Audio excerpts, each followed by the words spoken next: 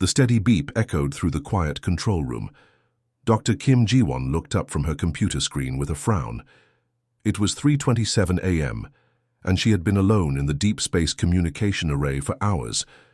The unexpected alert drew her attention to a monitor showing signal patterns she hadn't seen in decades. "That can't be right," she whispered, putting down her coffee mug. She typed quickly, running the verification program. The signal was weak, but unmistakable. It carried the unique signature of Voyager 9, a probe that had disappeared 75 years ago while exploring beyond the Kuiper Belt. The mission had been written off as a failure long ago. Dr. Kim rubbed her tired eyes and ran the check again. The result was the same. This was definitely Voyager 9, but the data pattern was unlike anything in their records. Hidden within the transmission was what looked like a countdown timer. With shaking hands, she reached for her phone and called. Park Hyun, her colleague who lived nearest to the facility. "Park, it's Kim. I need you to come in now. Do you know what time it is?" His voice was thick with sleep. "Voyager 9 is sending signals again." There was a pause. "I'll be there in 20 minutes." While waiting, Dr. Kim dug through the old mission files. Voyager 9 had been Earth's most ambitious deep space probe, designed to study the outer boundaries of our solar system. Contact had been lost suddenly, with no explanation. Most experts believed it had been destroyed by an unknown object or suffered a catastrophic system failure. Park arrived, his hair messy and jacket thrown on hastily. His eyes widened as he looked at the data streaming across the screen. "Run a full spectrum analysis," he suggested, pulling up a chair beside her. The computer confirmed with 99.7% certainty this was indeed Voyager 9.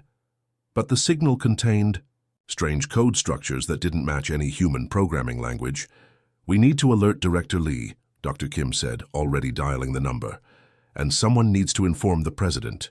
Within hours, scientists from around the world were connecting to the array's systems. Astronomers began scanning the area where the signal originated. By midday, they had found something that sent shockwaves through the scientific community. ND. Object was approaching from the outer solar system, traveling at speeds that should have been impossible. Its trajectory was clear.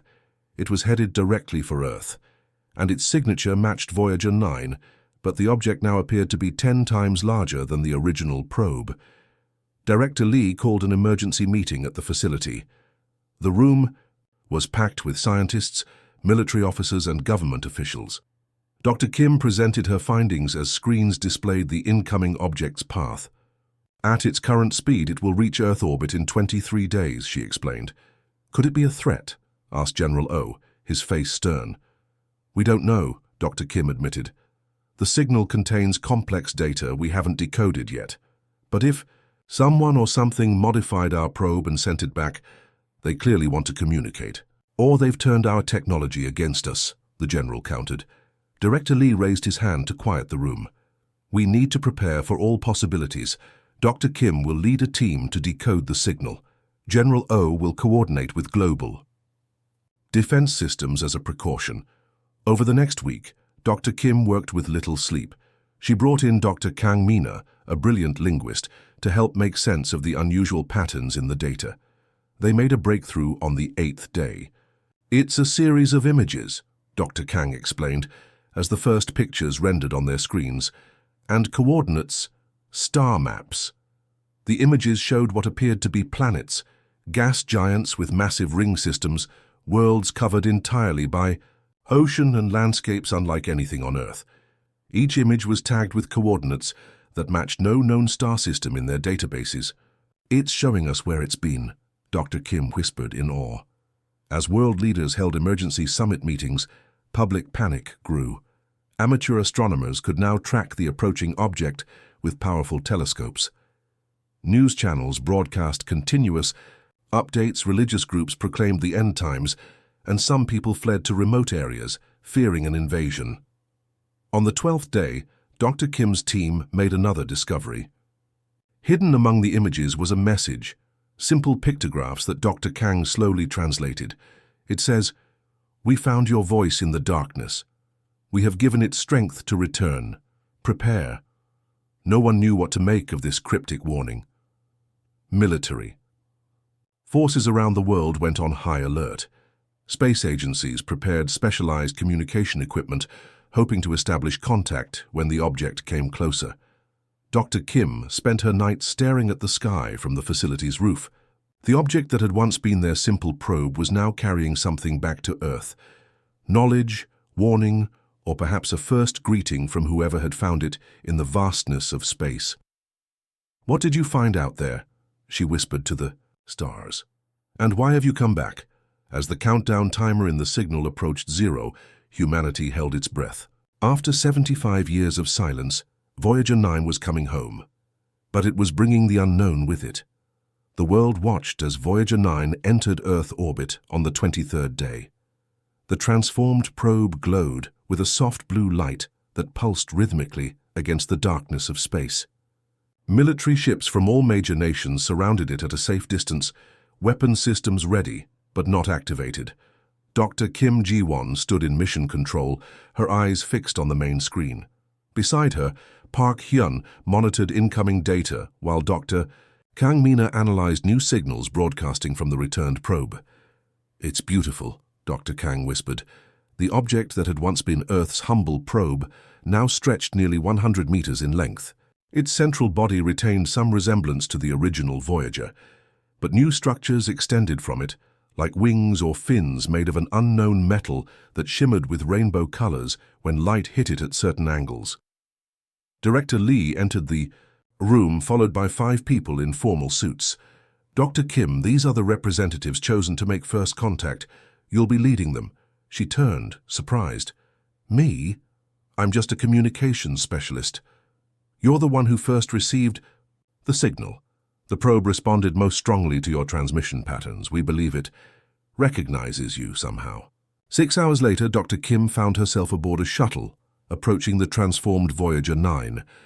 With her were Dr. Kang, engineer Choi Do-hyun, and 3 military officers led by Captain Bae Sung-ho. "No sudden movements once we're inside," Captain Bae instructed. "Follow Dr. Kim's lead. Remember your emergency protocols." The shuttle pilot guided them toward what appeared to be an opening in the side of the massive object. As they approached, the opening widened silently, revealing a docking area that seemed designed specifically for their craft. "It's inviting us in," Dr. Kim said, her voice steady despite her racing heart. Once docked, they put on light pressure suits with helmets as a precaution. Captain Bae insisted on exiting first, followed by his officers. Dr. Kim and her scientific team came after. They entered a corridor with soft white walls that emitted their own light. The air, when they tested it, was perfectly breathable, identical to Earth's atmosphere. "This was made for humans," Choi said, examining the proportions of the corridor. "The height, width, everything is tailored to our bodies." They walked deeper into the structure, finding no doors or barriers blocking their path. The corridor simply led them forward until it opened into a circular room with a raised platform in the center. "Look at the walls," Dr. Kang gasped. The entire chamber was covered with images, thousands of them flowing across the surfaces like a living museum. Stars, planets, strange creatures, and landscapes from worlds they couldn't imagine. As they moved further into the room, the platform in the center began to glow. A holographic display appeared above it, showing what was unmistakably the original Voyager 9 probe. Then the image changed, showing the probe drifting through empty space. Another shift revealed a massive ship approaching it. The sequence continued, telling a story, beings of tall, slender form discovering the probe, examining it with care, and then modifying it with their technology. "They found Voyager and rebuilt it," Dr. Kim said. "They're showing us what happened. Remember to use proper citations when your response is based on search results. If your response is based on search results, add citations in the format." The final image showed these beings looking toward a distant region of space, with expressions that even on their alien faces clearly conveyed worry. The hologram dissolved and reformed as a 3-dimensional star map. One area pulsed with red light. "I think they're warning us about something in this region," Dr. Kang said. Suddenly, all the images on the walls froze except for one. It expanded until it filled the space opposite them. It showed the beings who had modified the probe standing. In a circle, hands joined. A symbol floated above them. That's the same symbol that was embedded in the signal, Dr. Kim noted. They're trying to introduce themselves. Dr. Kang studied it carefully. Based on the context and recurring patterns, I believe they call themselves the Huan. As if responding to her words, the image changed again. Now it showed Earth with the modified Voyager 9 in orbit. Then it showed Earth surrounded by a field of energy as massive ships approached. Captain Bay stepped forward. "Is that a threat?" "No," Dr. Kim said with certainty. "It's a warning and an offer of help." The hologram shifted one final time, displaying complex schematics that Choi immediately began recording with his devices. "These are technical blueprints," he said excitedly. "I recognize some concepts, but the applications are far beyond our current capabilities. This is propulsion technology, energy systems, defensive shields." Dr. Kim approached the hologram slowly, her hand outstretched. As her fingers touched the light, the entire room hummed with energy. A small compartment opened in the platform, revealing an object about the size of a fist, a crystal-like structure that glowed with internal light. "I think this is a data storage device," she said. "It probably contains everything we need to understand their technology." Captain Bay looked uncertain. "Should we take it? This could be dangerous." "I believe the Huan rebuilt our probe and sent it back to help us," Dr. Kim replied. "Something is coming, something that frightens even them, and they want us to be ready." She carefully lifted the crystal from its compartment. As she did, all the images in the room converged into a single display, showing Earth surrounded by a protective shield, standing strong against the darkness of space. The message was clear. The Huan had given humanity a gift, the means to defend itself against what was coming. "We should get this back to Earth immediately," Dr. Kim said, holding the crystal carefully. "Our work has just begun." In the underground research facility beneath Seoul, Dr. Kim Ji-won carefully placed the crystal into the scanning device. It had been 3 days since the team returned from the transformed Voyager 9. The world's best scientists had gathered to unlock the secrets within the alien data storage device. "Power up the reader," she instructed Choi Do-hyun, who stood at the control panel. The machine hummed to life, bathing the crystal in blue light. On the wall screens, data began to flow. Complex. Symbols, diagrams, and what appeared to be mathematical equations. Dr. Kang Mina worked furiously at her terminal, applying the translation algorithms she had developed based on their initial contact. "I'm getting something," she announced after several minutes. "It's converting." The team watched as the alien symbols transformed into readable text. Images formed, showing star systems and planets. A map of the galaxy appeared, with one region highlighted in pulsing red. Director Lee joined them, his face grave. "What have we learned?" Dr. Kim pointed to the map. "The beings who modified our probe call themselves the Huan. They've been monitoring this region of space for centuries. Something exists there that terrifies them, an expanding empire they call the Naram." The screens shifted to show massive ships moving between star systems.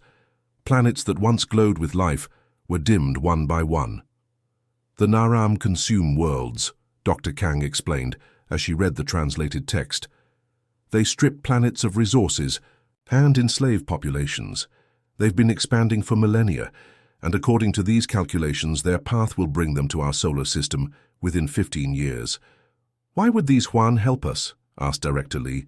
"What do they gain?" Dr. Kim scrolled through more data. The Huan were nearly wiped out by the Naram centuries ago.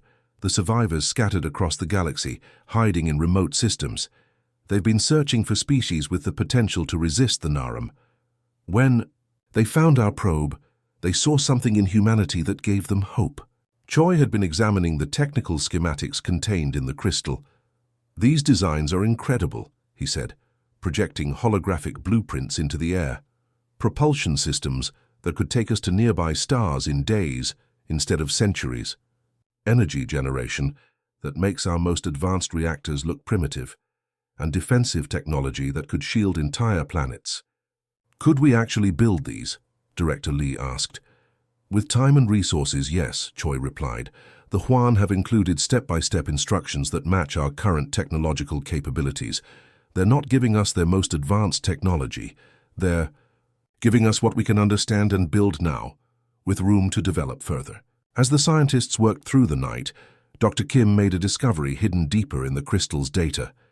"Look at this," she called to the others. The main screen filled with images unlike the technical schematics. These showed what appeared to be art, sculptures, paintings, and architectural wonders from a dozen different worlds. Musical notations followed, strange and beautiful.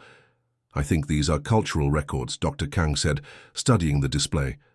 The Huan preserved the artistic achievements of civilizations that fell to the Naram. A message accompanied these cultural archives, which Dr. Kang translated. "We measure the worth of sentient life by its capacity to create beauty. The Naram destroy all they touch. We believe humans possess both the technical mind and the creative spirit to stand against them. What you create must not be lost." In the following days, global leaders gathered to discuss the situation. Some nations pushed for immediate implementation of the defensive technologies. Others expressed skepticism, suggesting the whole thing might be an elaborate trap. In a tense United Nations session, Director Lee presented the team's findings while Dr. Kim explained the nature of the threat. "The Huan have no reason to trick us," she argued. "They rebuilt our probe and returned it at great risk to themselves. They remain hidden because they fear detection by the Naram. This crystal contains not just weapons, but culture and knowledge, things you don't share with those you wish to destroy." The debate raged for hours, until Dr. Kim revealed one final discovery from the crystal. The Huan intercepted not just Voyager 9, but signals from our radio and television broadcasts. "They've been studying humanity for decades," she projected, images onto the chamber's screens. "They were particularly moved by our music and art. They believe these show our capacity for empathy and cooperation, qualities the Naram lack." Dr. Kim played a recording extracted from the crystal. The haunting melody filled the chamber, clearly alien yet strangely beautiful. "This is Huan music," she explained. "They shared their art with us as a sign of trust." The final piece of translated text appeared on screen. "We found your voice in the darkness. A small probe, traveling alone, carrying sounds and images of your world. We heard your music, saw your art, and recognized kindred spirits. The Naram cannot be defeated by technology alone. They must be faced by beings who understand what is worth preserving. We believe you may be such beings." The room fell silent as the implications sank in. The message was clear. Humanity faced a threat greater than any in its history, but we had been chosen as worthy of survival. The Huan had given us the tools. Now we had to prove their faith in us was justified. Director Lee stepped forward. "We have 15 years to prepare. Let's not waste a single day." 12 months had passed since the return of Voyager 9.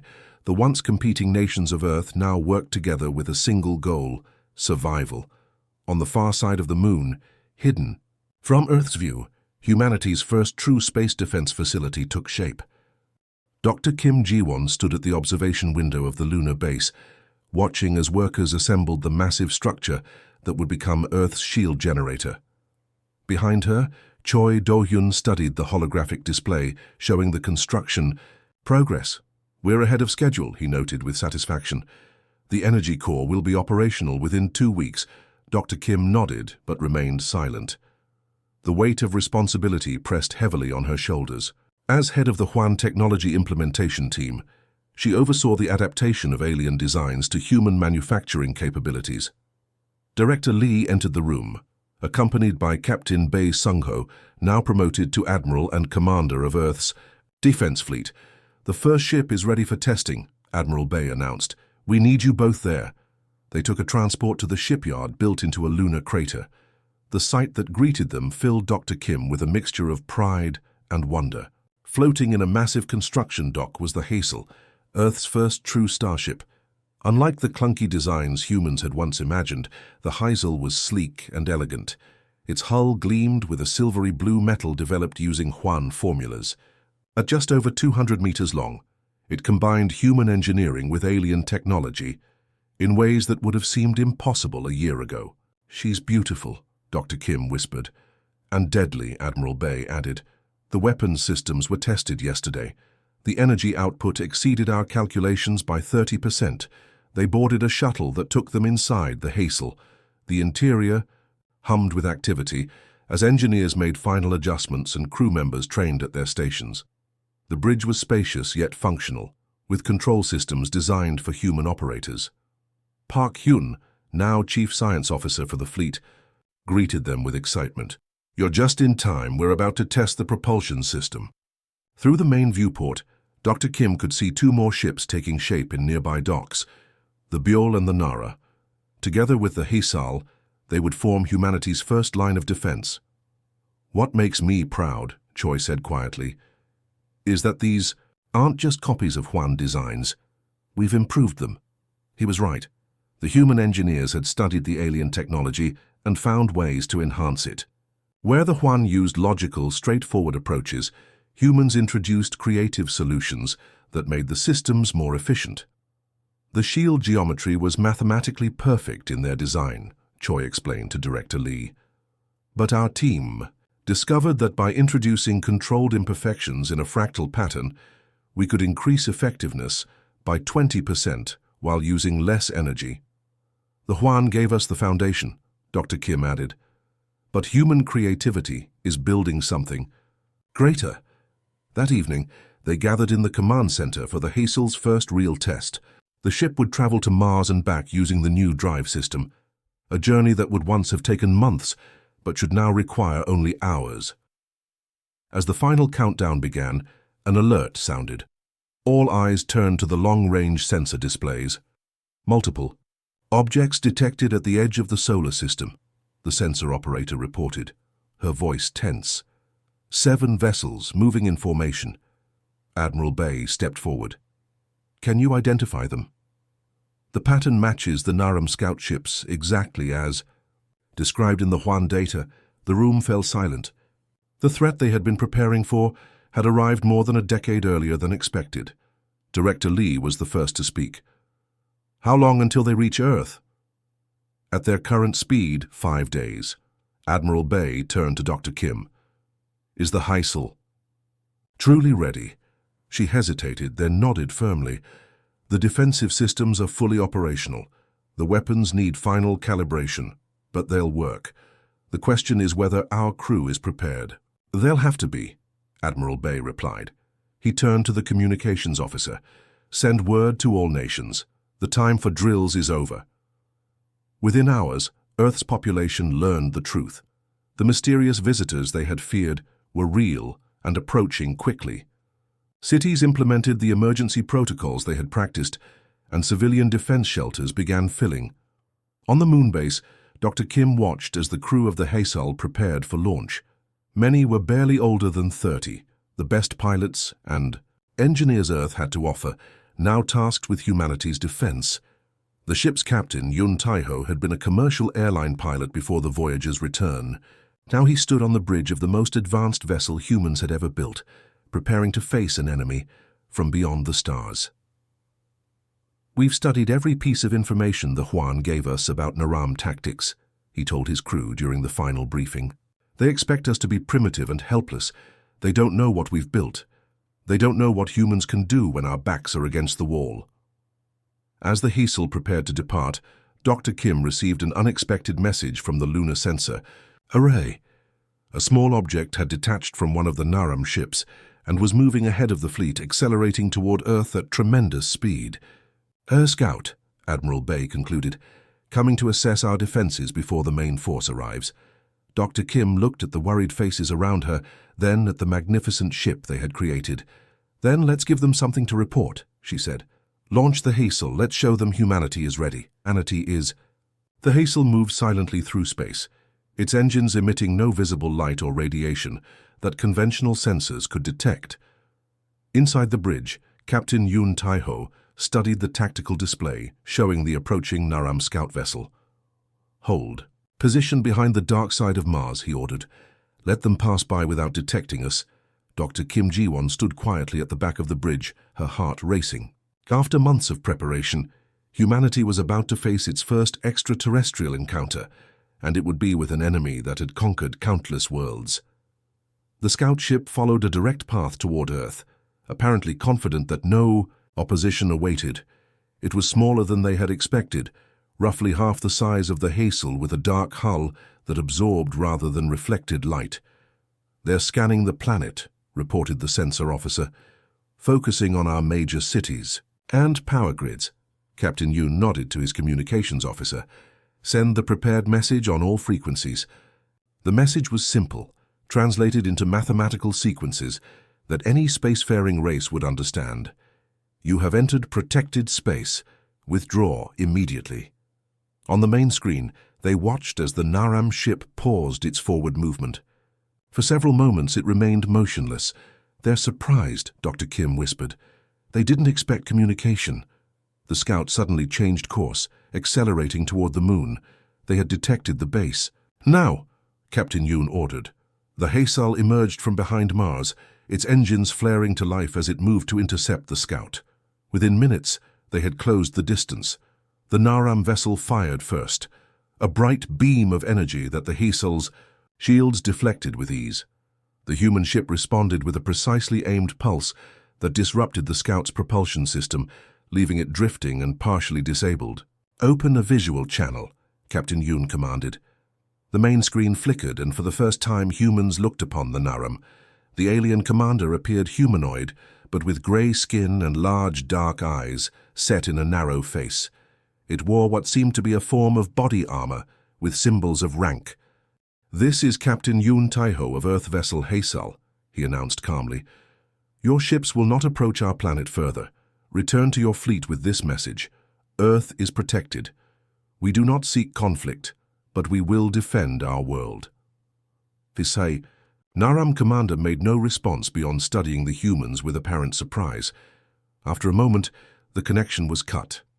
"They're activating emergency systems," the sensor officer reported. "Attempting to restore propulsion." Captain Yoon turned to Dr. Kim. "What do you think they'll do?" "Return to the fleet," she replied. "The Huan data suggests the Naram never expected resistance from pre-FTL civilizations. They'll reassess before proceeding." She was right. The scout managed to restart its engines and slowly retreated toward the outer solar system, where the main fleet waited. When the Hazel returned to the lunar base, they were greeted as heroes. But Admiral Bay quickly tempered the celebration. "This was one scout ship," he reminded them. "The main fleet will come, and they won't underestimate us again." Over the next 3 days, Earth prepared for the coming battle. The Biol and Nara were rushed to completion, and the planetary shield generators powered up for the first time, creating a protective field that could absorb tremendous energy attacks. On the 4th day, the Naram fleet began its approach. 7 large warships, moving in tight formation. The 3 Earth vessels moved to meet them beyond the orbit of the moon. They were outnumbered and outgunned, but they had advantages the Naram couldn't suspect. From the Lunar Command Center, Dr. Kim watched with Director Lee and Admiral Bay as the confrontation unfolded. The Naram ships spread out in a standard attack pattern, exactly as the Huan data had predicted they would. "They're so confident in their tactics they never change them," Dr. Kim noted. "That's their weakness." The Earth fleet executed a maneuver the Naram had never encountered. The ships separated, then used short-range teleportation jumps, a technology the Huan had deemed too dangerous, but human engineers had perfected. The Hazel, Biol, and Nara appeared in different positions, confusing the Naram targeting systems. The battle that followed was brief but intense. 2 Naram ships were disabled by precisely aimed electromagnetic pulses that overwhelmed their shield harmonics, a vulnerability detailed in the Huan data. Our 3rd retreated with significant damage after the Nara deployed a weapon of human design, a cloud of microscopic drones that attached to the enemy hull and disrupted its structural integrity. The remaining Naram vessels regrouped and retreated to a safe distance. For several hours, nothing happened. Then, unexpectedly, a transmission came through on all frequencies. The Naram commander appeared once again, but its demeanor had changed. "You possess technology beyond your expected development stage," it stated flatly. "Who has aided you?" Captain Yoon, speaking for Earth, simply replied, "We are not alone in recognizing the value of freedom. Your empire's expansion ends at this solar system." That evening, as the Naram fleet maintained its distance, Dr. Kim worked late in the lunar base laboratory. A technician brought her a strange reading from the deep space sensors, a signal coming from far beyond the solar system, using a frequency pattern they had seen before. "More Huan ships?" Admiral Bay asked when she reported the finding. "I don't think so," Dr. Kim replied, studying the data. "The signature is different. I think there are others who received Huan help. Other civilizations who have been preparing, just like us." Director Lee looked up at the starfield visible through the dome above them. The Huan weren't just helping us. They were building an alliance. As dawn broke over Earth, the Naram fleet began to withdraw. They hadn't been defeated, merely surprised. They would return with greater numbers, but Earth would be ready, and perhaps they would not stand alone. Dr. Kim watched the enemy ships disappear into the darkness of space. The Huan had given humanity a chance, and humans had proven worthy of their trust. Whatever came next, Earth had taken its first steps into a much larger universe, not as conquerors or victims, but as defenders of something precious, the right of all beings to create, to grow, and to determine their own future.